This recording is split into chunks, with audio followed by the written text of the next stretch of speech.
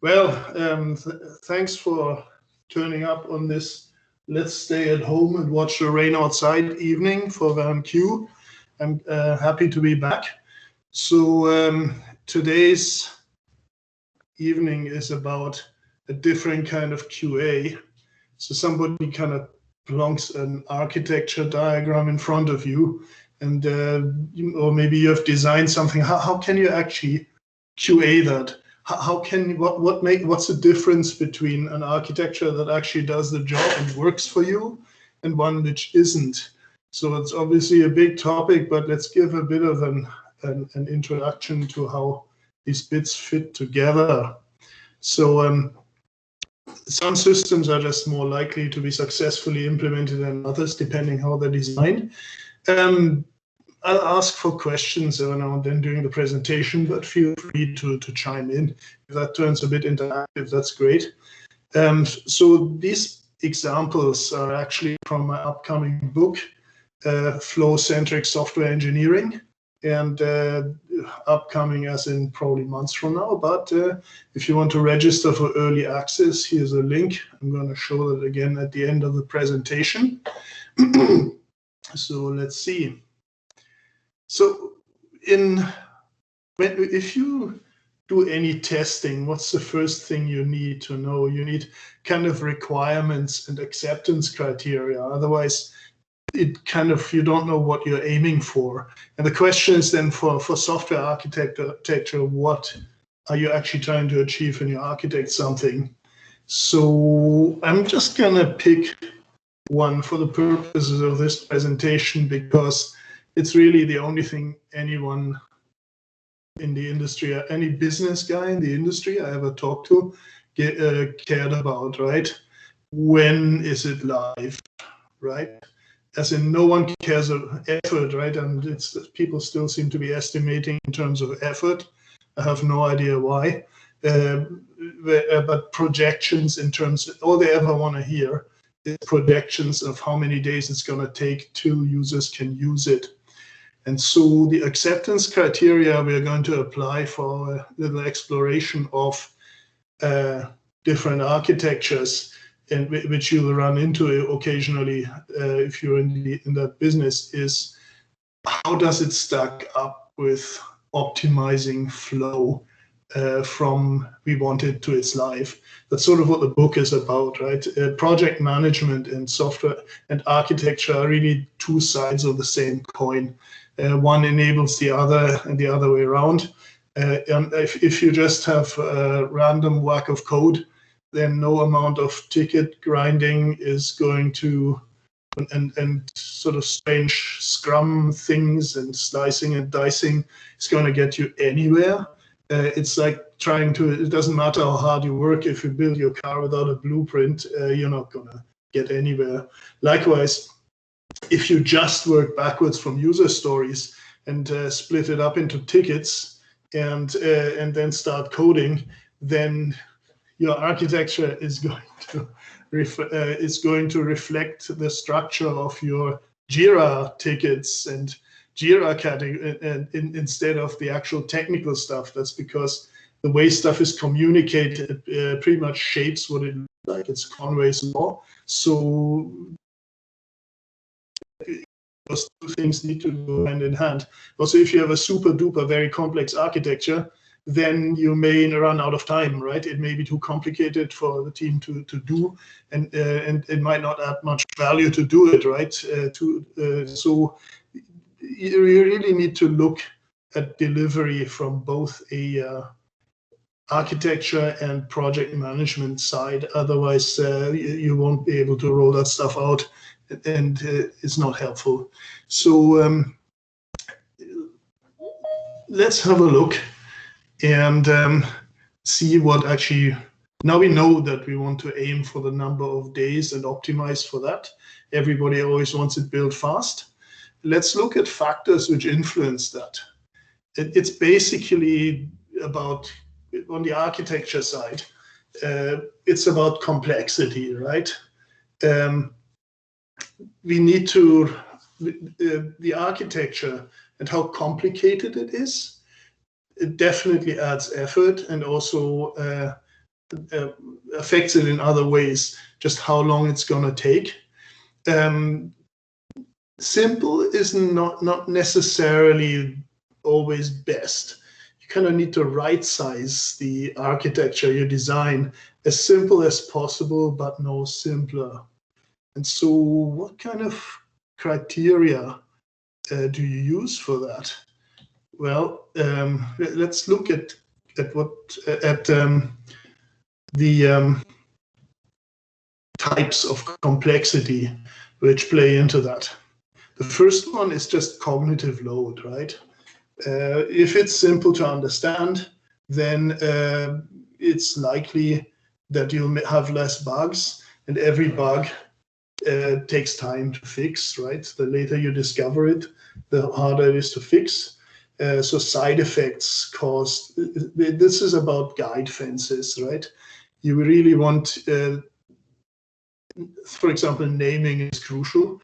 Everybody knows that calling something X is likely to lead to errors and makes things time consuming to understand. You might as well call it customer number instead. At least it relates to something in the real world.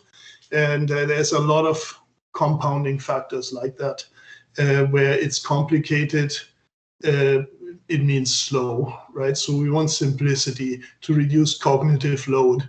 There's such a thing as too many levels of abstraction. Sometimes right in your face is better. Not always, but sometimes. We'll come back to that. And the other type of complexity is operational. So if you have any sort of many moving pieces, all of which need to be deployed and configured and they depend on each other in a big way. So in addition to what you're actually implementing, whatever the feature or service may be, you also have to regression test 5 other ones because like they share a database or something, and so you can blow things up. That's all complexity which will slow you down. So a good design is going to make sure that there is a balance there, right? In the end, software architecture is above all a user experience design. It's literally UX. If you, as the architect, you kind of try to design the best user experience for developers, QA, business stakeholders, and how you communicate with them, and how the expectations are met or not met, depending. So they have lots of other options, that kind of thing, right? So it's literally you're designing how the work works. So it's software architecture is one, systems architecture in general is 100% user experience design, and how you do it depends how quick or slow things flow to production. And the third one is, well, org chart, right? How many people need to be coordinated across how many teams? You may or may not have control over what the teams are, but because of this damnable thing that the systems you build will inevitably reflect the communications paths, and which you have. If people work closely together, they're likely to be better aligned and build more things and better things together, right? It's called Conway's Law. And so do you depend on the work product from other teams to move forward? Do other teams depend on you making changes? How much coordination are you going to need? So that is a big factor. You optimize for that as well. Not every design, which looks fantastic and would be very appropriate from a technical perspective, can actually be executed on by the organization, right? You have to design for the org chart, if you will. We're going to look at some examples for that later. So let's do a recap here. What are our acceptance criteria? We said that we'll optimize for elapsed time from we wanted to its life. And that's a good criterion. It's realistic. That's what usually happens. And if you look at the very same business requirements, they are it can be implemented in more or less complex ways. Sometimes you have to pick complexity, and it's preferable to have it complex because the problem at hand warrants it. So it's not necessarily to always do the very simplest thing. It's about right-sizing it, right? As like the old saw goes, as simple as possible, but no simpler. Simplicity now may be something you pay for in much increased complexity later if you get a trade-off wrong. So the next part of this is really, okay, so now we know what we're aiming for. The next one is architecture diagrams. What do the boxes mean? We'll come to, it's basically all boxes and arrows, right? And so we'll come to the arrows later, but let's first look at the boxes.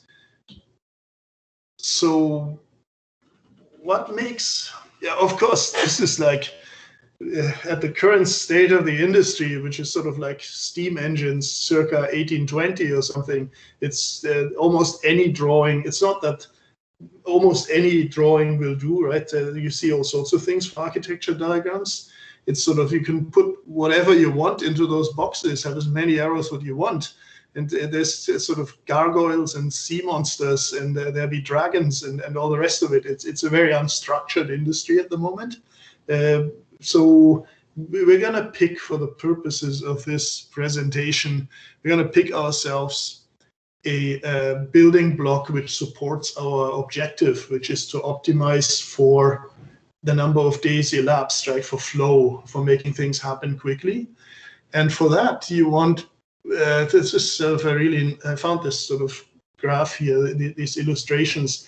This is from some sort of magazine from the 1930s, which shows a car assembly line, like Henry Ford or whatever, right? So you see these guys hammering together that car from axles and doors and engines and all this other stuff. And that's really, we're kind of before that era in software engineering. Everything, people at the same time use components all the time with NuGet packages or Go modules or NPMs and what have you. But very few people are actually producing those in a meaningful way, right? You've got more than 200,000 NuGet packages, but most sort of enterprise level developers and so on don't really publish many, and also they're relatively simple packages because most of them are stateless. We'll come back to that. But the bottom line is we want components for the same reason you have components for cars. Your car will take longer to build if you have to design and build from scratch the car stereo as well as everything else from engine blocks on up, right? It's not your area of expertise. A certain element of modularity would be desirable. There have been many such attempts in the industry in the last decades. The currently fashionable one is microservices, which is really exactly the same thing as objects used to be and SOA used to be and things. And this is kind of, people kind of give up on this stuff because it doesn't work, and so they make up a new acronym and then they do it again under different labels. It's a very static industry, like it's like coal mining, I guess. It's not very dynamic. People will do the same things over and over again. It hasn't changed in decades. It's just they deploy it instead of some metal, they deploy the thing in Kubernetes. They call it a microservice instead of some object. And but in the end, the forces which determine how fast things move, they haven't really changed much. It's a relabeling. So what makes a good component, like a car radio? It's single purpose, it's standalone, and it's versionable, right? That's a very important property for us because that means it can have its own deploy cycle. So that means that you don't have to do a big bang release of your entire monolith in order to fix to fix or enhance one component which it uses. If it's designed right, you can just do that new component and sort of upgrade it without having to spend time regression testing the whole side effect prone concoction all the time. So components are a really good idea, and any of you who've ever been in a car will realize, know that, of course. It's just people aren't used to thinking in those terms in software, and if they think they think it's somehow more complex, which it kind of is and kind of isn't at the same time. So what's a component? We know what the boxes are. We want these single-purpose, standalone, versionable components which expose some sort of API-like thing or interface thing, which whereby we can use it. So what are those called? It's a pity that this isn't kind of this is the sort of COVID version of this. I normally like to go with shows of hands for this kind of thing. I'm assuming there are some people who work in .NET for sure, and bottom line is I threw a few technologies here, what's a component in that technology? The unit by which you version things, right? Any of your services will be distributed. We'll assume for these architecture discussion that any services, micro or otherwise, are at the baseline level packages, right? They have a public methods or something if you're in .NET, which form their API/interface, and you can distribute them in various ways. And in .NET, an assembly is the unit of versioning, and which can the smallest thing in .NET, which can have its own release cycle, faster or slower, depending how you design, is an assembly. Reference as a proj file from a solution file. You can version it and distribute it as a NuGet package. And of course, NuGet.org has 200,000 plus examples of what such things look like. And the reason why, again, just this is worth stressing, the reason why we decide that every box in our architecture diagrams is a component that is a versionable thing, right, is because we're interested in flow. We're interested in fast release cycles and regression testing.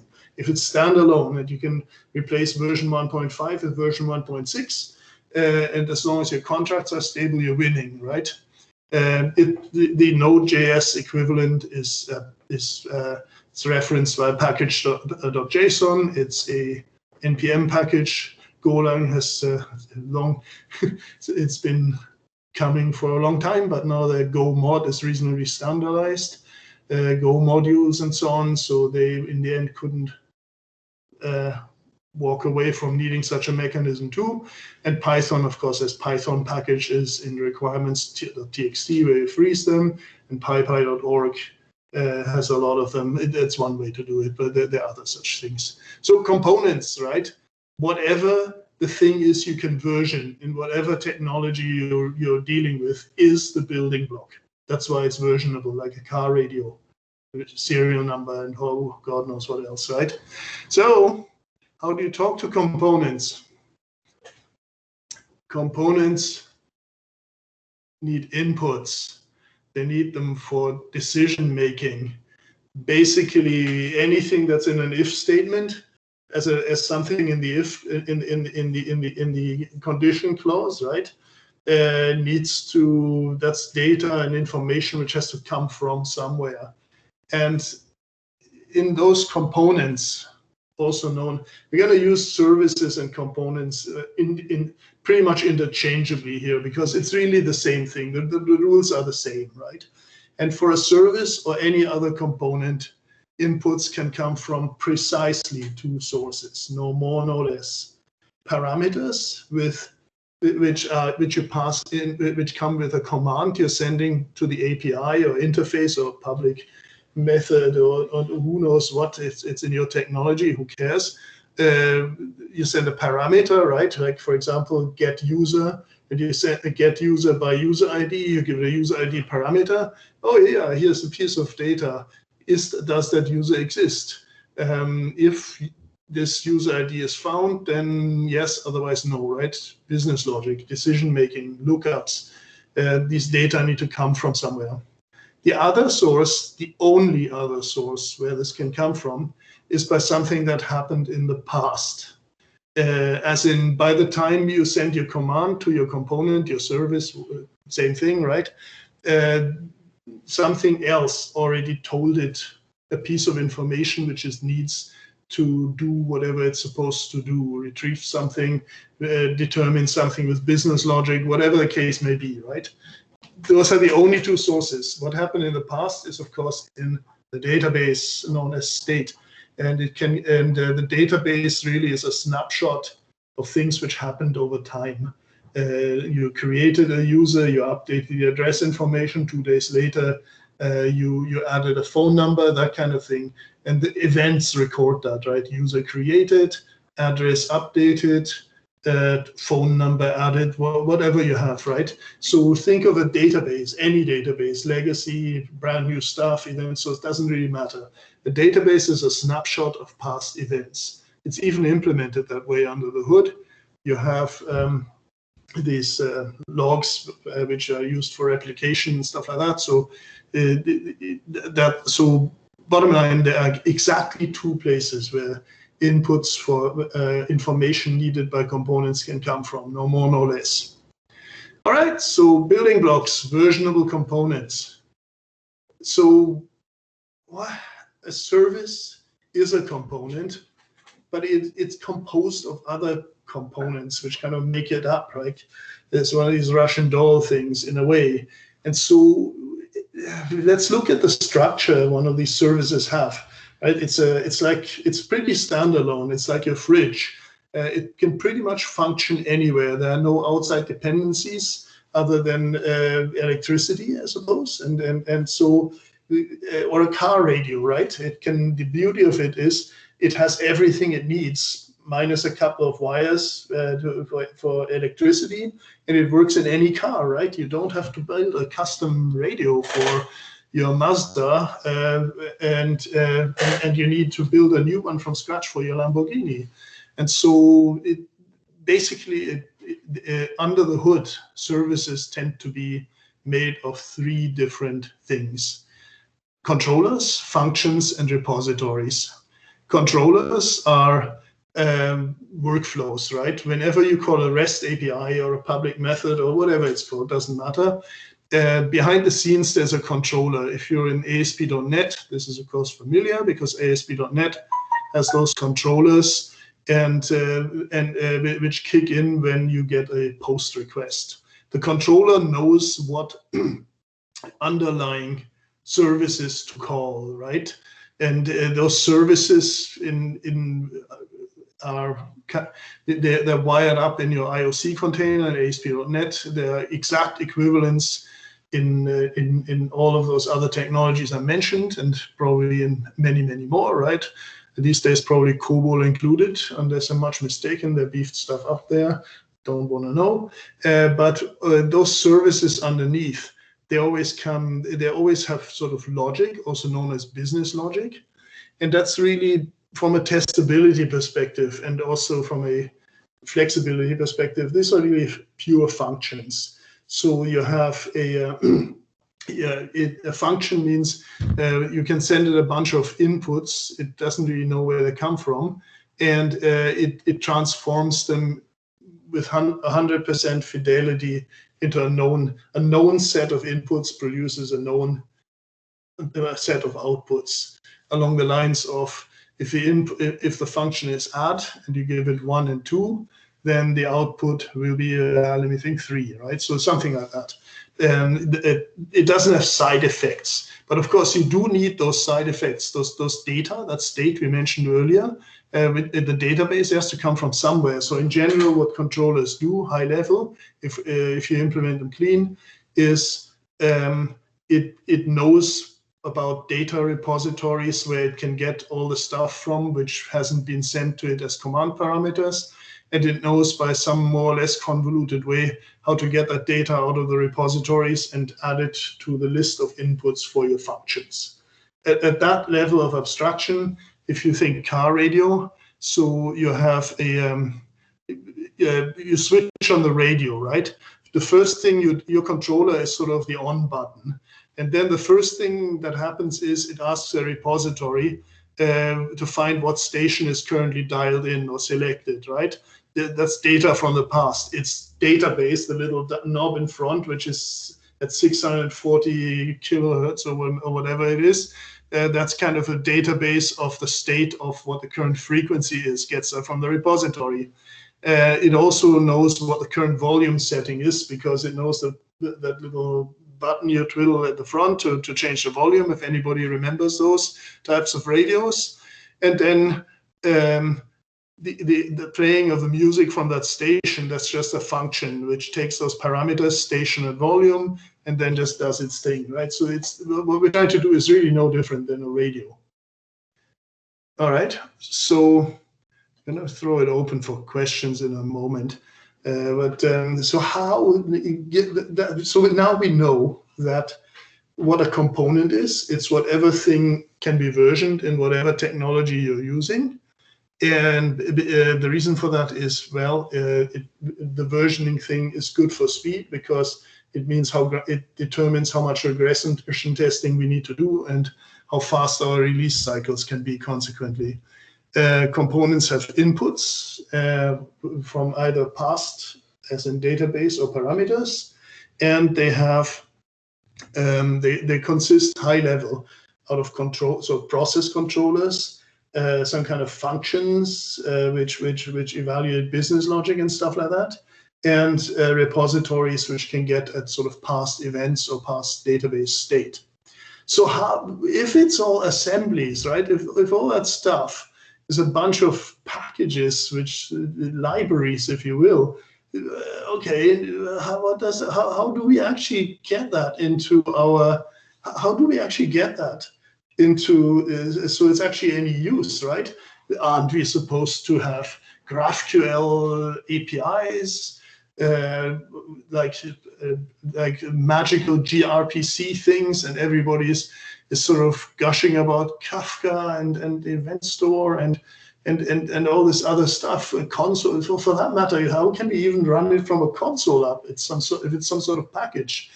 For that, a very common approach, which, for example, ASP.NET Core and previous versions too, followed to a T. With their dependency injection, which is all assemblies and DLLs and so on, those components we're talking about, uses a so-called ports and adapters architecture. That's been invented by, God, what was the name again? I forget. Really brilliant dude, like 2003-ish or something, if I remember correctly. But bottom line is, think of your application or service or whatever you have as one or more of those assemblies, and you front them with adapters. You can reference, for example, ASP.NET has an adapter, which is a REST API, and the ports which it talks to are the publicly available methods on assemblies, which are wired up as services, right? That's how it's intended to be used. It's not always used that way, it's not intentionally and to good effect anyway, but that's the design intent for ASP.NET when it first kind of came out. I remember when that was kind of discussed.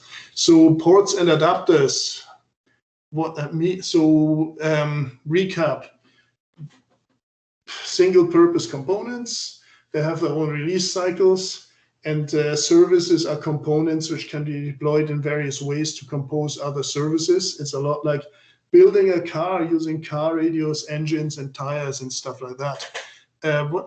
So let's just throw a bit of a journey, right? We have our building blocks sorted out and our objectives. Any questions at this point? Please do chime in here.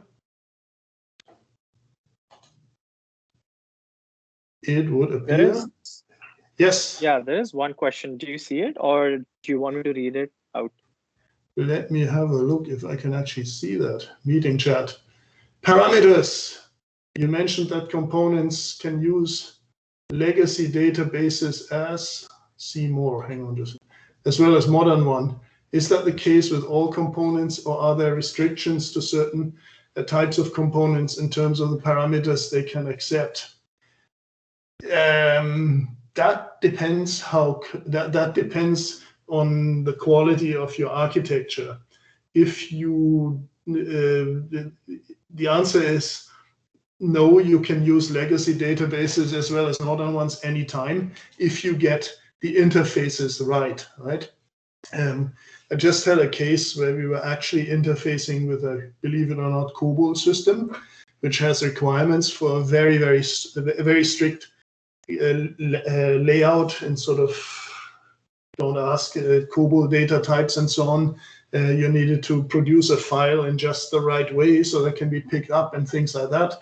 And of course, if that had been a database access or which goes via a COBOL system, not database, but it's the same idea, right? You can basically write adapters between legacy databases and modern ones and your system. You just need to make sure your contracts are suitable for that. You need sort of, if you're in domain-driven design, I recommend to look up things like anti-corruption layers and context maps and things like that. That's part of the quality you look for. Are your components designed in such a way that they are that works? Feel free to like unmute yourself and ask the questions when you want to. I don't always see the meeting chat in front of me presenting, so do feel free to chime in. Okay. Anything else at this point? Any other questions? Okay, let's move on. All right. So Shobit, until when? It's about an hour presentation, isn't it? Or it's about an hour or so, and then we'll give about 10 to 15 minutes for questions and answers at the end. Sounds good. Just give me a bit of like a 5-minute warning or something at some stage if possible, if you want to. Yeah. Okay, sounds good. So next, architecture diagrams. So we got our building blocks, we got our what we're aiming for, and we have a rough idea of what services need to look like so they're useful. And everybody's seen architecture diagrams. And in light of how do you assess those, right? Are they good for understanding what to build, understanding what to test and regression test, what to provision and when, and just plan the flow from developer laptops to production. So I picked that one at random. It's if you look at this, it's okay, right?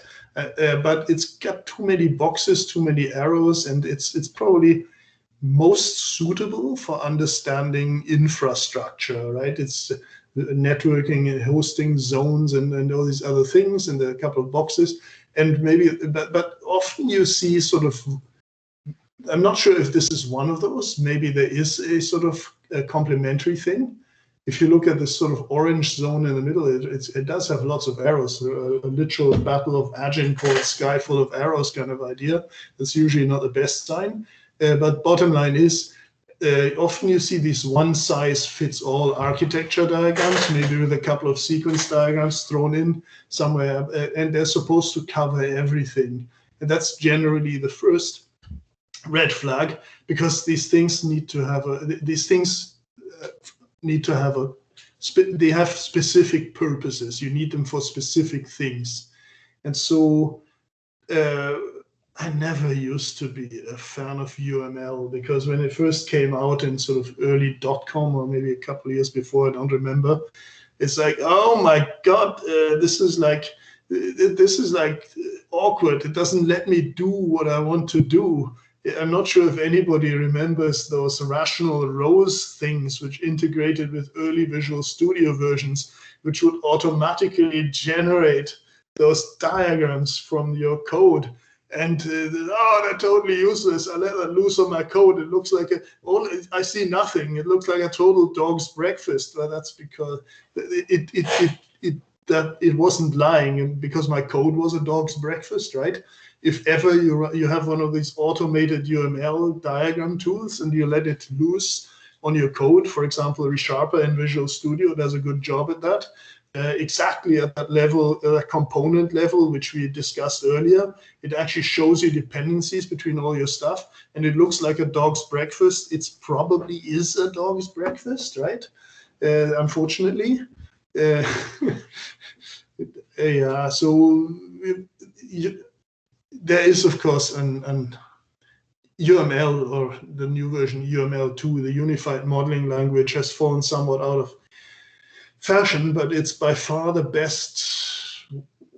Now that I think I've come around, right? It's by far the best such thing I've ever seen. It really is good because it sets guide fences. Those diagrams have specific purposes. If you try to abuse them for something else and do the gargoyles, unicorns, and sea monsters thing with them, it'll bitch at you, right? Plant UML is, I'm not sure if anybody uses Plant UML. It's fantastic for those things. Plant UML makes diagrams from text, and it's super, super simple. That's how I did all the diagrams in this presentation, the UML diagrams at least.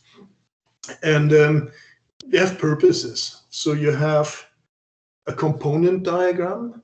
We're not going to look at all UML types, just the ones which I sort of personally, this is a very biased presentation, of course, which are the ones which I find most useful.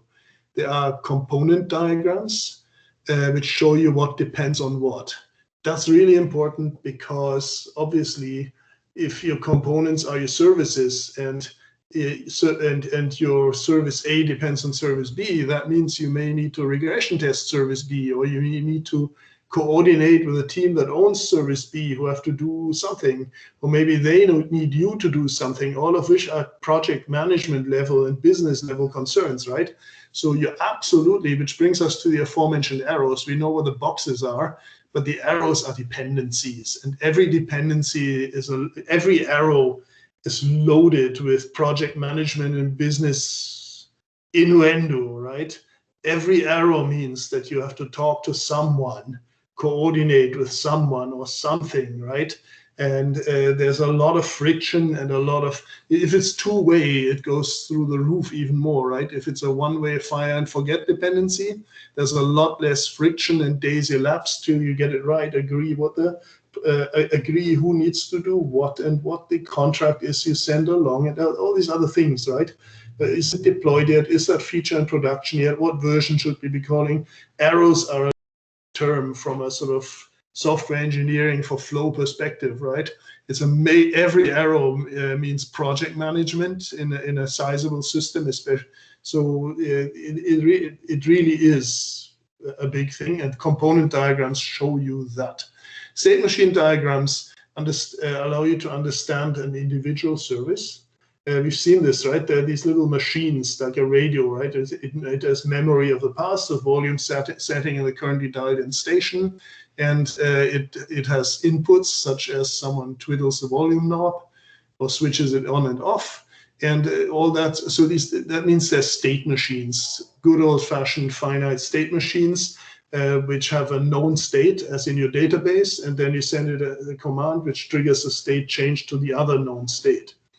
Sequence diagrams, understanding workflows and controllers, that's the process controller part. And finally, a deployment diagram, what lives on what box. That's a big one because that determines how many hoops you have to jump through with configuring, coordinating with other departments, what your QA lineups look like, and all that rollout planning things. So 4 of those are really good. I'm not going to deep dive in. We're going to get into examples, an actual example right away. I'm not going to deep dive on the theory, in all of those. We'll do it by example. That's what a component diagram in UML2 looks like. Then a state machine looks like that. Understanding behavior of individual components. You can use it to assess transactional integrity and side effects, right? If your state machine gets nuked because something else changes the state which you don't know of, that's known as a side effect, and it's obviously a major problem in terms of elapsed time fixing it. If it's found in production, very embarrassing. And then you have your sequence diagram, which most people probably use in some way, shape, or form. That's those workflows and controllers, just to understand what calls what in what order and so forth, right? So, and lastly, deployment diagram. These sort of rectangular three-dimensional boxes are sort of servers and things, and inside are the aforementioned components. And that's it. We are going to, this is sort of a subset of UML, which we are going to use in our example. Any questions about architecture, diagrams, and UML2 at this point? Stunned silence that anyone's doing full-on UML. Okay, sounds good. All right, here's our example. We are going to design a traffic light system.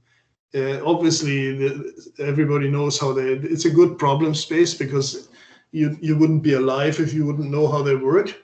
And so it's a fair bet that everybody knows the bounded context of traffic lights and the domain of traffic lights.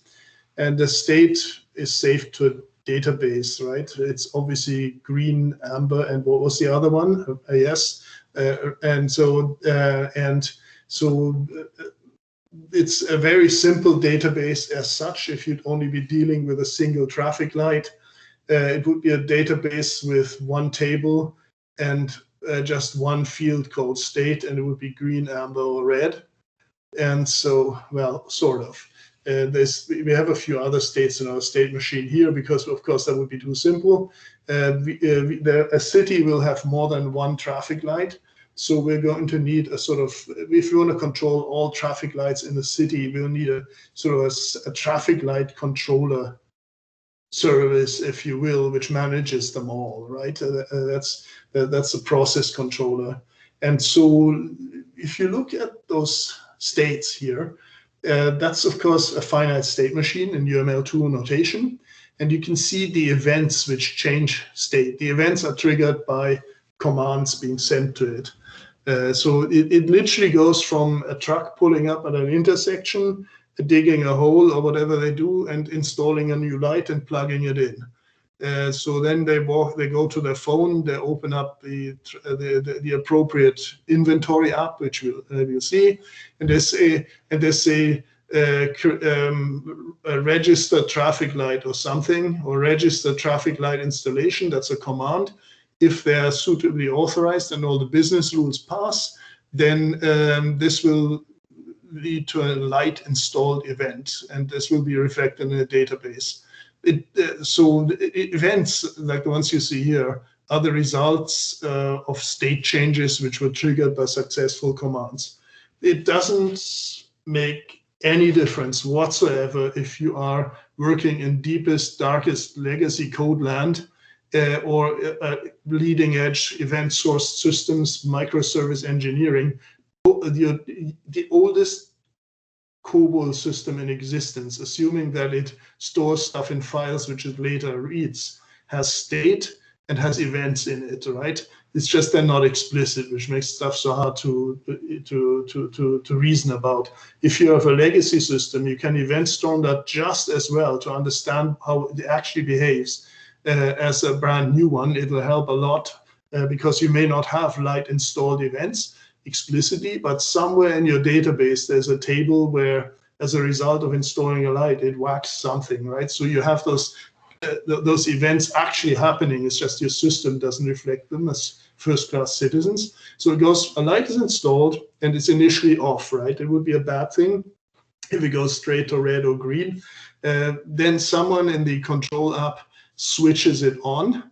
And from after switched on, the status of that light is green, which makes sense, right? If it will go straight from zilch to red, people may crash into each other who are just approaching the intersection. So from the light's dark to its green kind of intuitively makes sense. Yeah, kind of. From green, it goes to amber, light changed. Then the second light change light command sets it to red, and then a third change light command sets it back to green.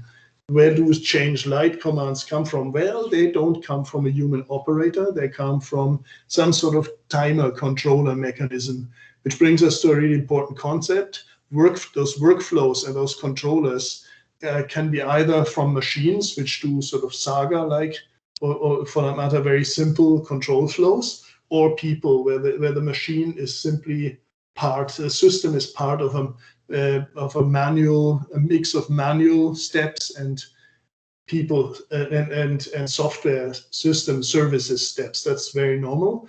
That's what makes it so challenging and interesting.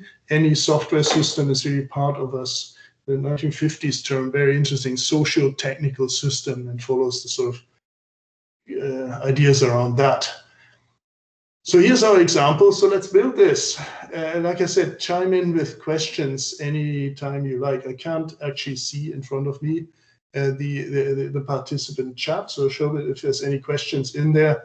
If you could point them out, that would be great. And we can do this anytime. All right, let's have a look. Let's look at some examples. We're going to look at, a bunch of different architectures. So here is the first one. You're looking at a UML2 deployment diagram.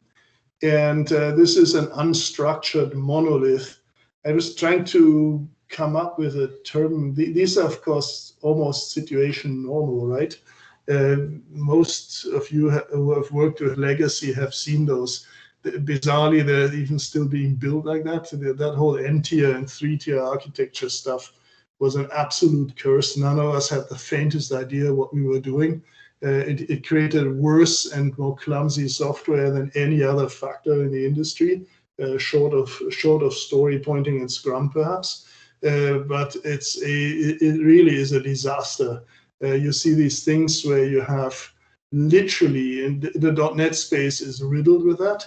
The actual assemblies, as in those components, are named after those layers, right? And that's like REST service, business logic, repository, UI, or whatever, doesn't matter what it's called, right?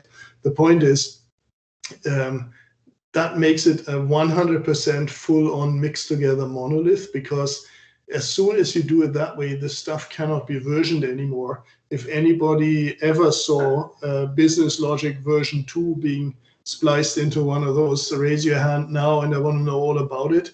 I've never seen this. They're 100% coupled to each other, and why people put them into assemblies, I couldn't even fathom. I've heard reasons like testability, but that doesn't make any sense.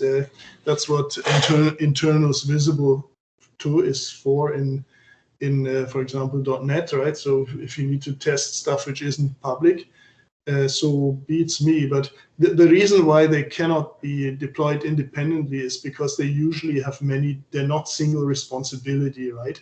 They're not, it's like you cannot swap out a car radio. The industry is cursed with this thing, right? Just because there's seat belts and fan belts have the word belt in it, doesn't mean they should go. It's a good idea to put them into a shared belt sub-assembly.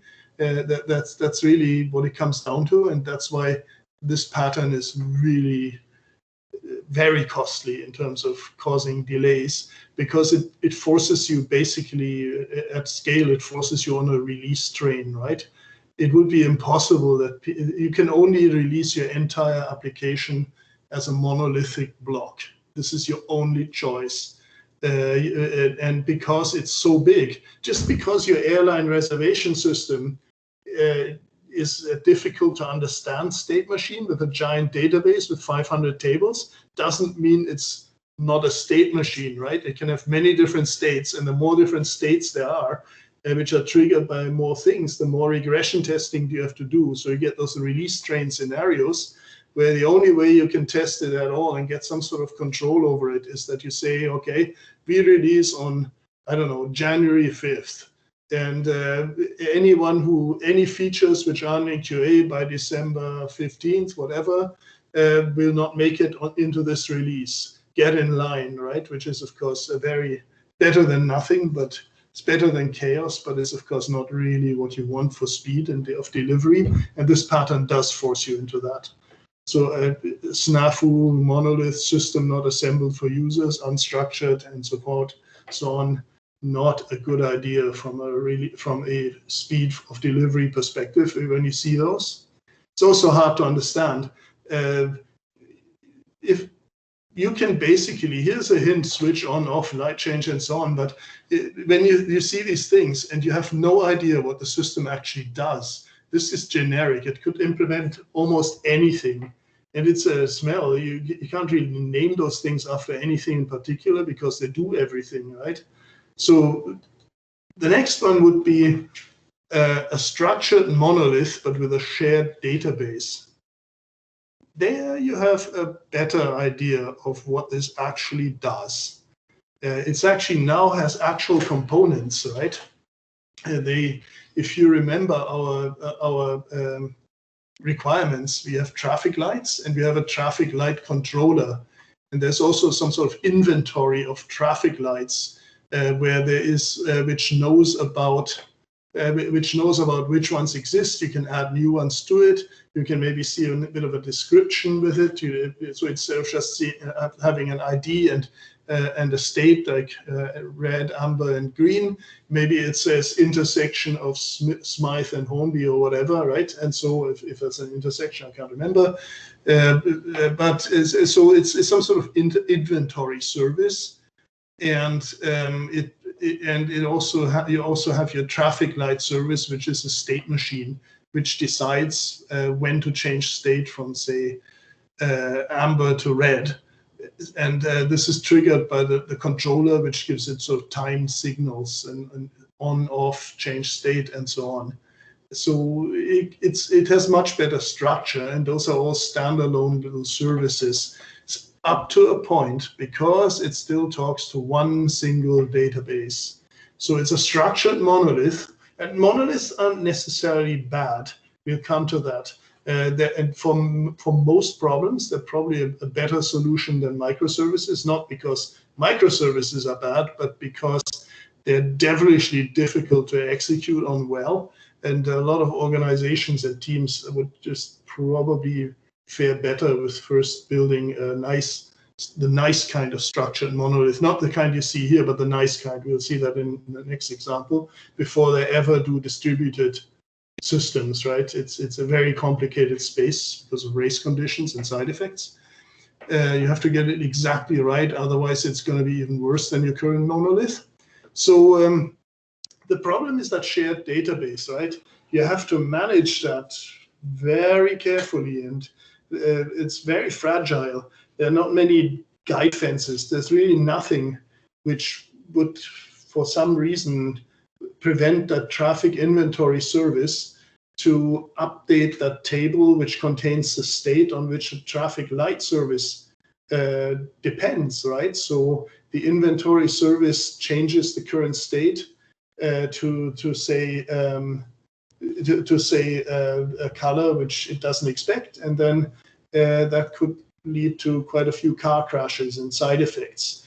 So think of a shared database. Yeah, there's all sorts of things, from permissions to properly designed third normal form and all that. In theory, you can totally manage that. In practice, though, deadline-driven development, everybody's in a hurry. Why don't we just whack another field into that table? All the rest of it doesn't happen, right?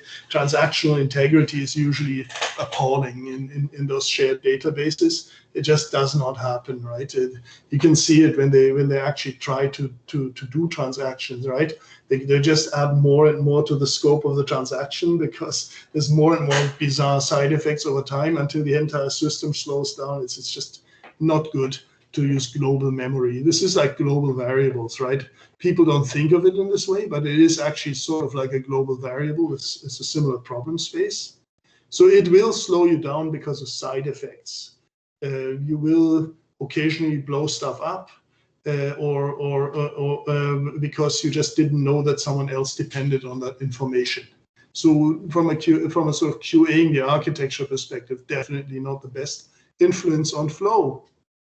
So let's look at the next one here. this is a structured monolith with one database per service and event-driven, right? That's a pattern which is, it's got its downsides, but from a sort of flow perspective, for many teams, that I feel is a good choice. It depends where you're at, right? But a lot of our event-sourced systems we built in recent years were all following that pattern. We knew better than to actually distribute that stuff in real microservices, because it just gets hellishly complicated, and for most purposes, it's just overkill. You don't need that additional complexity. It's operational complexity. Good luck trying to make all that stuff, getting that stuff deployed and make it sing off the same song sheet and monitor it. It just explodes in complexity if you actually do this as a distributed system in microservices. And it also requires a lot more. It requires a lot of knowledge by the teams, and a lot of experience to get it right. And you pretty much, it doesn't take much to get really subtle problems with these things. So here, however, you've got these services. Notice one thing. Notice one thing. They are the same components, right? If you look up here, same boxes.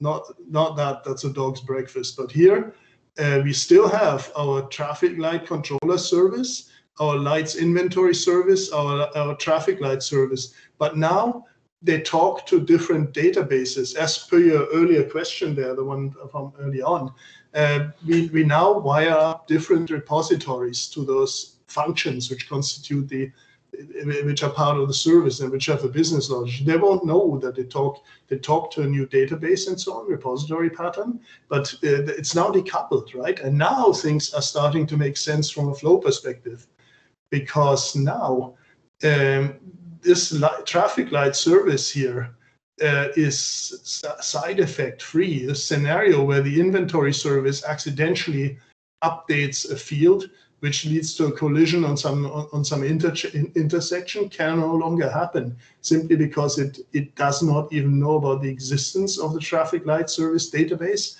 yet alone schema, and yet alone being able to whack data into fields and break things. It's now a great deal safer to release new versions quickly with less regression testing for both the traffic light service and independently for the traffic light inventory service. You can now, when you from a QA perspective, this is crucial, right? Because the state is now very cleanly separated.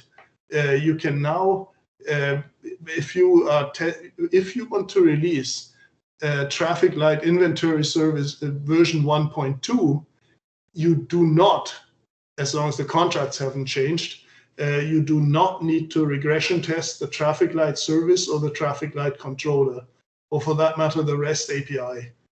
You probably would test that anyway, because that's what you hit to run your tests, but you get the point, right? So it cuts, compared to a more monolithic shared database implementation, it can literally cut your regression test effort by 2/3, roughly speaking, in this simplified example. So that means less days regression testing and much faster to production. And also you don't need to coordinate release cycles with those other teams. Whenever you want to get a sense of that org chart complexity and how it's going to be in the future, a good mental image to keep in mind is, imagine, okay, at the moment, maybe you're writing all of those services, or you and your buddy are writing all these services. Now imagine that a team of 5 or 6 is in charge of every service, and that they're somewhere on the other side of the country, or you can't talk to them every day. Will it still work? And that's a very realistic scenario in larger companies, right? Stuff does grow and evolve, and it's a good thought experiment. If it gets too complicated to coordinate everybody, when you imagine there's going to be 6 guys working on each, that means you should iterate a little to make this, to pick a different architecture. So the other remarkable thing, other than one database per service, which is crucial, right? You don't want the thing which remembers what station was dialed in your radio to be affected by somebody lowering the windows halfway, the power windows halfway, and that shouldn't change the volume either, right? Very important to limit regression test effort and get faster release cycles. And again, it uses here pub/sub, right? It synchronizes via events. It publishes, for example, that a light changed and all this other stuff, and the inventory service picks that up and stores that, so it can show it on a nice. It can show information about that. It is theoretically possible to do this without events and just make it with direct remote procedure calls. That was sort of the never realized promise of SOA in years past, and of hell knows enterprise Java, whatever those things were called, all that stuff before. In practice, I've never seen it work. I've never been able to make it work myself at scale. It just turns inevitably into a tangled mess. You need the combination of CQRS. We won't go into CQRS, so separating the read side from the write side, and events is the only thing I know of which actually gives you the kind of decoupling which makes this anywhere near of the kind of componentization you get when you're building airplanes and cars. And hence a structured monolith with one database per service integrated via events. This is because events are fire and forget. The publisher doesn't need to know about the subscribers, and vice versa. And that makes it a lot easier, for many reasons, makes it a lot quicker to execute on and a lot less hairy to keep uncoupled. Easier to manage coupling and cohesion, really much better. All right, so same services deployed in a structured monolith that has been our sort of own go-to architecture for a number of years, because it adheres to Martin Fowler's first law of distributed computing. Martin Fowler's first law of distributed computing is don't do distributed computing unless you absolutely have no choice. So that's, of course, where microservices come in. All right, let's look. Not event sourcing, right? Event sourcing, you don't need that to get the benefit. I've built a good bunch of event source systems, and my learn from that was you get the benefits, you get like 80% of the benefits of event sourcing if you just cleanly design event-driven systems instead. The difference being that in an event source system, the source of truth is literally the add-only log of events, right? That is where the truth lives. Whereas in an event-driven system, your source of truth is the databases in the individual services. There are downsides to that approach, and there are theoretical upsides and practical upsides for event source systems, which easily have the edge on that. And I love the pattern. And like I said, I've gone live with that type of thing and so forth. And I'm a huge fan, but it's too difficult to execute on well. People just haven't been trained in thinking that way. Event-driven is better, at least to start with, and for most things. And so here you have event-driven microservices. Again, the same components, right? Your controller, your traffic light service, the inventory. You still have separate databases between the two. But now there have been that NuGet package, or that project has now been referenced in a solution called the traffic light server, and that's been turned into a Docker container, which is hosted in a pod in Kubernetes, right? Instant microservices, but it's still the same service under the hood. It's an assembly, it's a DLL. So you can see that the number of boxes has gone up. Oh dear, this is suddenly more complicated. You have to deploy all those. You have little control over what order they run in. There's sort of more stuff around, eventual consistency to consider, there are timing issues, and you name it, right? You suddenly have a new piece of infrastructure. You're not going to be able to do that with simple sort of database trigger fired events from the database or within memory event buses, right? That's what we used. Basically, it's just in-memory stuff, or it's part of the database functionality. In order to do that, if it's distributed, you need sort of Kafka or event grid or event store. There's all sorts of technologies which you suddenly have to learn. So from a flow perspective, that can slow things considerably without necessarily, it adds a great deal of all kinds of complexity, right? You will have cognitive load increase because it takes a lot to keep those moving pieces straight in your head and to understand them. You suddenly have to there's all sorts of stuff there. From a operational complexity thing, there's way more DevOps work to do. You need to understand how, in this case, Kubernetes works and all this other stuff. Or if you don't, you have org chart complexity. You actually have to talk to more people who can do it for you. And so there's a lot of situations where it makes a lot more sense to deploy your services in a structured monolith. It's a choice, right? You can easily migrate from this structured monolith scenario to a with or without rights. You're going to have trouble if you have the shared database version. Just basically, if you can, don't do that. Have one database per service, a logical one. So you can always turn it into microservices later, and you can deploy those components in a totally different place. I've just done this in a project, right? We had a service which did whatever it was it did, right? And it was part of, say, in this case, an Azure web app. Azure Web App A was hosting this assembly, this which exposed public methods and so on. And so it turns out, well, we didn't actually need to couple ourselves to Azure Web App A.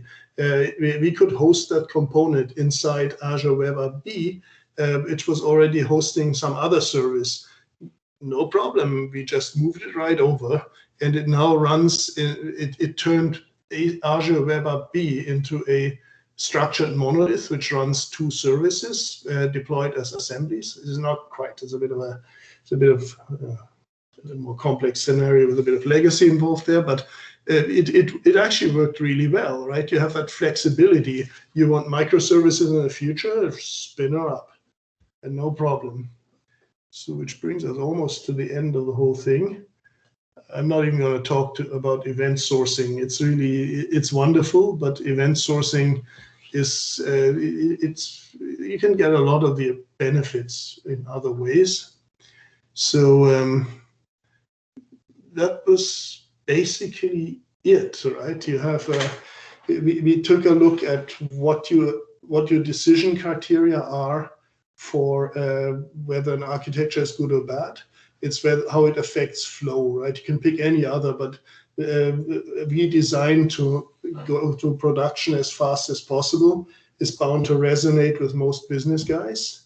We looked at what the building blocks are. The building blocks, like the boxes on those diagrams, given the decision criteria best if they are whatever it is that's versionable in your technology, right? Because versionable means it can be deployed independently and can have its own release and QA cycles. So it's good to pick that. We looked at what the arrows are, right? What connects them, the dependencies between them, and how to represent them, and how to do different types of UML diagrams, which are useful to explore different aspects of what you need to know to plan for flow, right? And then we looked at an example with a bunch of deployment diagrams, which showed how the same services components, which are then wrapped by this ports and adapters architecture in various ways, are deployed as part of different architectures, from a sort of unstructured dog's breakfast monolith all the way up to an event-driven microservices scenario. And we looked at the pros and cons from a flow and sort of quality perspective of all of those, which kind of ends this presentation. And yes, just open the floor for questions here.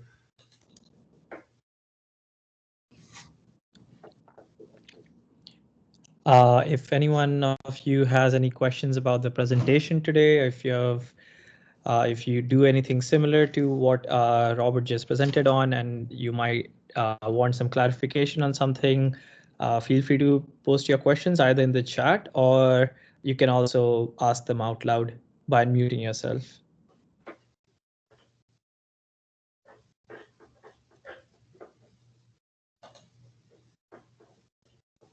Okay, looks like we have no questions.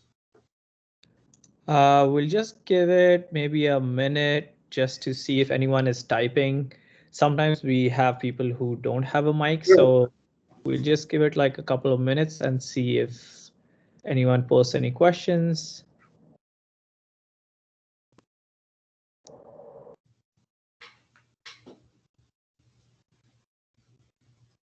Okay. Okay, I guess the presentation was pretty clear. It doesn't look like anyone has any questions or doubts or anything as such. So if that is the case, then I guess we can wrap it up here. Firstly, I would like to thank you, Robert,